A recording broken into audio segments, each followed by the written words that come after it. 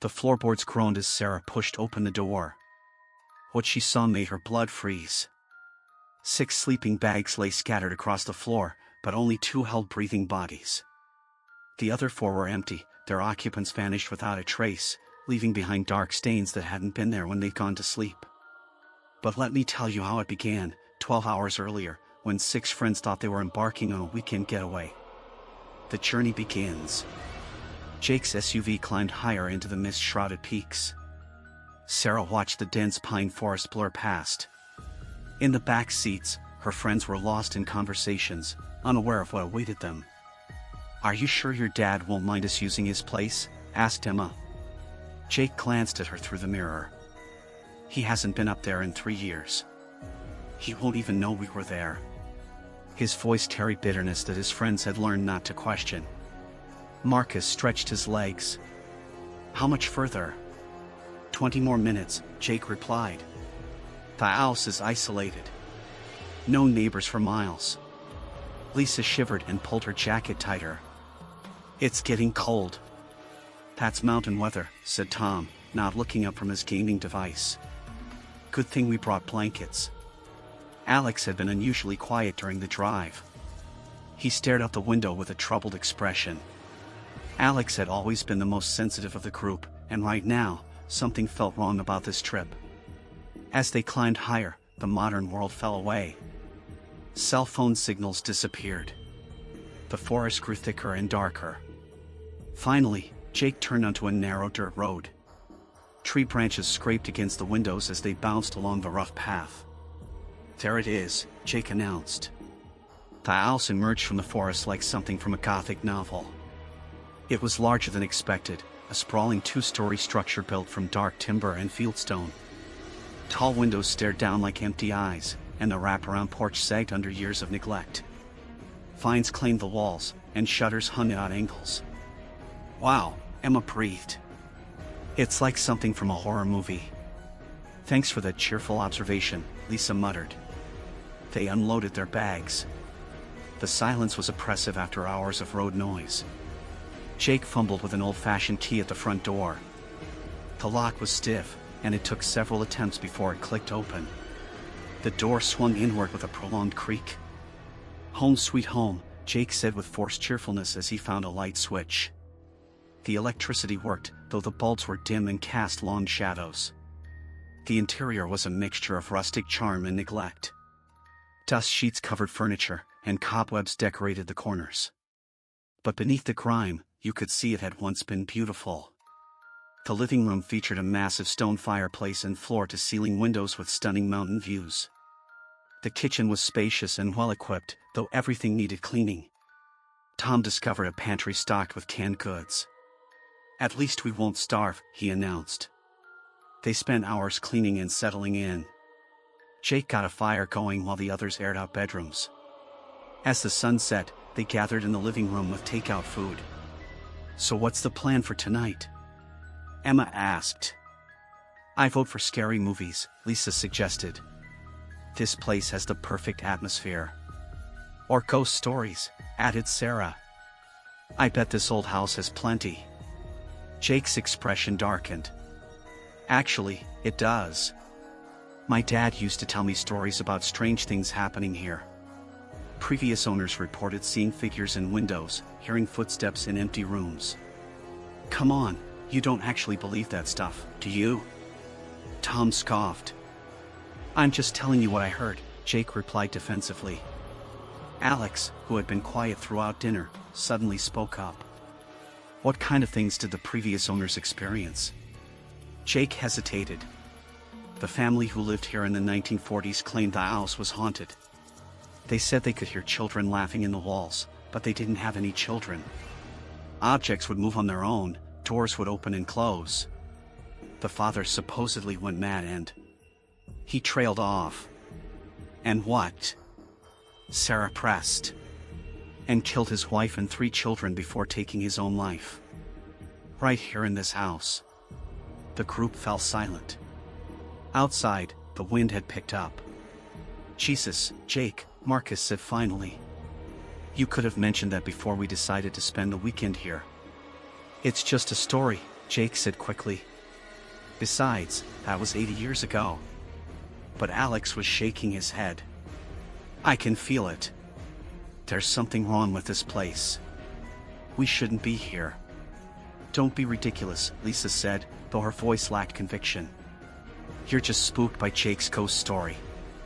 That was when Tom made the discovery that would change everything. He had been exploring the house and now emerged from a study, holding something.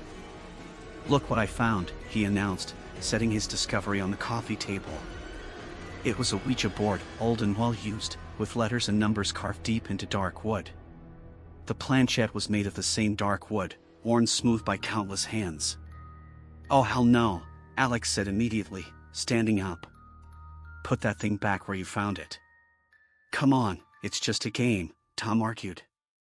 What harm could it do? Those things are not games, Alex insisted. They're dangerous. They open doors that should stay closed. But the others were already gathering around the board with fascination. Even Jake, who had seemed troubled by his own ghost stories, was now curious. We have to try it, Emma said, her eyes bright. I mean, when are we going to get another chance like this? An old haunted house, a genuine Ouija board, it's perfect. This is a terrible idea, Alex warned, but he was outnumbered 5-1. They arranged themselves around the coffee table, each placing a finger on the planchette. The fire crackled behind them, casting dancing shadows, and outside the wind continued through the trees. Is there anyone there? Sarah asked. Nothing happened. The planchette remained motionless. Tom tried next. If there are any spirits present, please give us a sign. Still nothing. They took turns asking questions, growing bolder, but the board remained silent. After nearly an hour, they were ready to give up. See? Jake said to Alex. It's just a piece of wood. Nothing supernatural about it. Alex didn't look convinced, but seemed relieved that nothing had happened.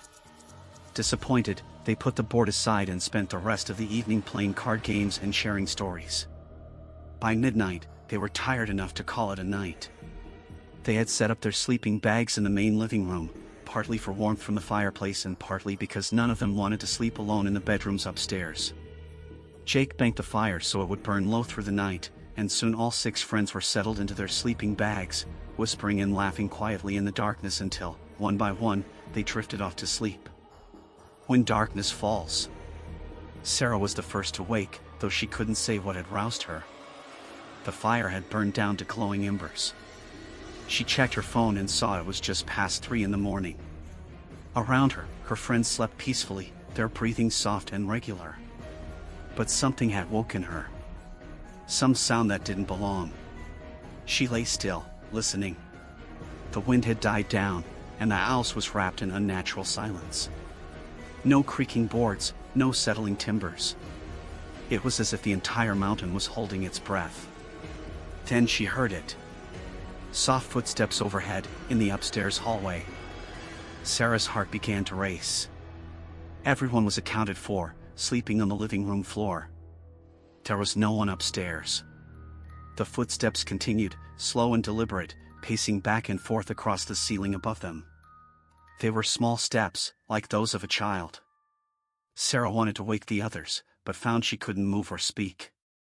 Terror had frozen her in place, and all she could do was listen as the footsteps continued their endless pacing overhead. Then, as suddenly as they had begun, the footsteps stopped. The silence that followed was even worse than the sounds had been. Sarah strained her ears, waiting for the footsteps to resume, but now there was only the sound of her own thundering heartbeat. Minutes passed. Sarah began to wonder if she had imagined the whole thing, if it had been nothing more than a dream.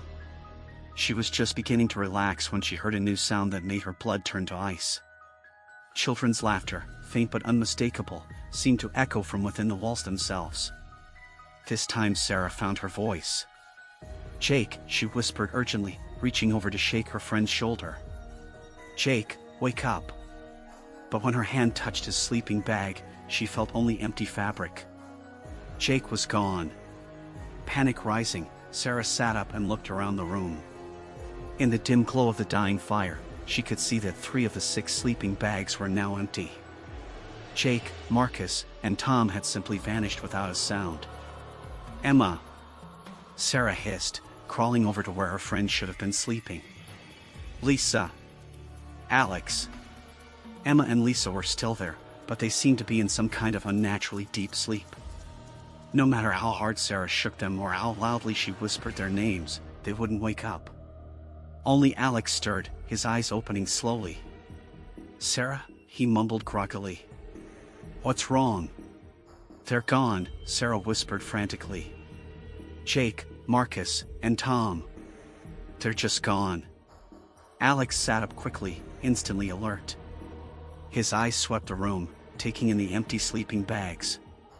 "When did they leave?" he asked. "I don't know. I woke up and they were already gone. And there were footsteps upstairs, and laughing in the walls, and—" "Slow down," Alex said gently, though his own face was pale with fear. "We need to think about this logically." But even as he spoke, they both heard it. A new sound that chilled them to the bone. Somewhere in the house, Jake was screaming. The sound was muffled, as if it was coming from very far away, but there was no mistaking the terror and agony in that voice. It lasted only a few seconds before cutting off abruptly, leaving behind a silence that was somehow worse than the screaming had been. "We have to find them," Sarah said, starting to get up. Alex grabbed her arm. "No! Whatever's happening, we can't help them by wandering around in the dark. We need to stay together and wait for morning. We can't just leave them." "Look at Emma and Lisa," Alex said grimly. "Look how deeply they're sleeping. That's not natural. Something wants us separated, and I'm not going to give it what it wants." As if to prove his point, they heard Marcus shouting from somewhere in the house, his voice echoing strangely as if he was calling from a great depth. Like Jake, his cries lasted only moments before being cut short. Sarah began to cry softly, and Alex put his arm around her shoulders. They huddled together in the dying light of the fire, listening to the terrible sounds that continued throughout the night. Doors slammed upstairs. Heavy furniture dragged across floors. Glass shattered. And through it all, that soft children's laughter that seemed to come from everywhere and nowhere at once. Sometimes they heard their friends' voices calling for help, but the calls always seemed to come from different parts of the house, and Alex wouldn't let Sarah leave the relative safety of the living room to investigate. "It's trying to separate us," he insisted. "That's how it got the others." As the hours crawled by, the sounds grew worse. They heard Tom screaming in what sounded like unbearable pain, his voice echoing from the basement below. They heard Jake pleading desperately with someone, though his words were too muffled to understand. And always, always, that soft laughter of children who had died 80 years ago but refused to stay dead. The dawn revelation. The first gray light of dawn filtering through the windows was the most beautiful sight Sarah had ever seen. As the sun rose over the mountain peaks, the terrible sounds that had plagued them through the night finally began to fade. Emma and Lisa stirred, waking as if from natural sleep, with no memory of the horror that had unfolded around them. "Where is everyone?" Emma asked, sitting up and rubbing her eyes. Sarah and Alex exchanged glances. How could they explain that their friends had vanished in the night, taken by something that defied rational explanation? "We need to search the house," Sarah said finally. They split up, calling out their missing friends' names as they searched every room, every closet, every possible hiding place. But Jake, Marcus, and Tom were simply gone. There was no sign of them anywhere in the house. It was Alex who found the journal. He discovered it in the same study where Tom had found the Ouija board, lying open on the desk as if someone had been reading it recently. The handwriting was old-fashioned and faded, but still legible. "Listen to this," Alex called the others over. "It's from 1947, written by Robert Thorne, the man who killed his family here." He began to read aloud from the journal entry. "The children will not let us leave. They appear at night, 3 little ones who died in this house long before we came. They want playmates, companions to join them in their eternal games. They take the adults first, the ones who might try to fight back or protect the others. But they always leave some alive to tell the story, to bring others to the mountain house. The cycle must continue. The children must never be alone again. Sarah felt sick. You mean this has happened before? Other people have disappeared here? Alex continued reading. The children can only take the living during the hours of darkness. But once the sun rises, their power fades, and those who survive the night are free to go. Until someone else finds the board and calls to them again. The Ouija board, Emma breathed. We used it last night. But nothing happened, Lisa protested. Something did happen, Alex said grimly. We just didn't see it at the time. We opened a door, and they came through. As if summoned by his words, they heard a sound that made them all freeze. Soft footsteps were moving across the floor above them, the same small steps Sarah had heard in the night. But now, in the growing daylight, the footsteps seemed different. Less threatening. Almost sad. They're still here, Sarah whispered. Alex nodded. They'll always be here. But they can't hurt us now. Not in the daylight. The footsteps stopped, and in the silence that followed, they heard something that none of them expected. A child's voice, faint but clear, drifting down from the room above. Will you play with us again? Please. We get so lonely. The voice was heartbreaking in its innocence and longing. Despite everything that had happened, Sarah felt a pang of sympathy for the lost children who had been trapped in this house for so many decades. But Alex grabbed her arm as she started toward the stairs. Don't, he warned. That's how they get you. They make you feel sorry for them. The voice came again, pleading. We didn't mean to hurt your friends. We just wanted them to stay and play. But they wouldn't stop trying to leave. Sarah forced herself to turn away from the stairs. As much as the children's loneliness broke her heart, she couldn't forget the screams of her friends in the night. They gathered their belongings quickly and headed for the door. As they stepped out onto the porch, Sarah looked back at the house one last time. In an upstairs window, she could see 3 small figures watching them go. Children with pale faces and dark, hollow eyes, dressed in clothing from another era. One of them raised a small hand in what might have been a wave goodbye. The long drive home. The drive down the mountain was made in relative silence. Emma and Lisa still seemed confused about what had happened to their missing friends, unable to fully accept the supernatural explanation despite the evidence they had seen. It was only when they reached the bottom of the mountain and cell phone service returned that they faced their next challenge. How do you explain to the police that 3 people simply vanished from a locked house with no signs of forced entry or struggle? The investigation that followed was thorough but ultimately fruitless. Search teams combed the mountain for weeks, but no trace of Jake, Marcus, or Tom was ever found. The official report concluded that they had probably wandered off in the night and become lost in the wilderness, though it couldn't explain why they would have left their sleeping bags and all their belongings behind. Sarah and Alex tried to tell the truth, but no one believed them. Even Emma and Lisa, who had been there, seemed to have convinced themselves that there was a rational explanation for what had happened.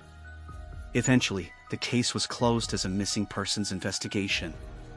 The families of the missing young men were left with questions that would never be answered and a grief that would never fully heal. But Sarah and Alex knew the truth. They had survived something that defied explanation, and they would carry the memory of that terrible night for the rest of their lives. Jake's father eventually sold the mountain house to a developer who planned to tear it down and build a resort. But somehow, the demolition never happened. Workers reported equipment malfunctions, strange accidents, and an overall sense of unease that made them reluctant to continue the project. The house still stands today, waiting in the mountain forest for the next group of unsuspecting visitors who might be tempted to play with forces beyond their understanding. And in the upstairs windows, 3 small figures continue their eternal vigil, watching the winding road below and hoping that someday, someone new will come to play their deadly games. The children are very lonely, you see. And they have such wonderful games to share. But remember, if you ever find yourself in an old house with a Ouija board calling to you from some forgotten corner, perhaps it would be wise to leave it undisturbed. Some doors, once opened, can never truly be closed again. And some games have rules that the living were never meant to understand. The mountain house waits, patient and silent, for the next group of friends looking for a weekend adventure. The children wait too, their laughter echoing softly through empty rooms, ready to welcome new playmates to their eternal game of hide and seek. After all, they have all the time in the world. And now, so do their newest friends.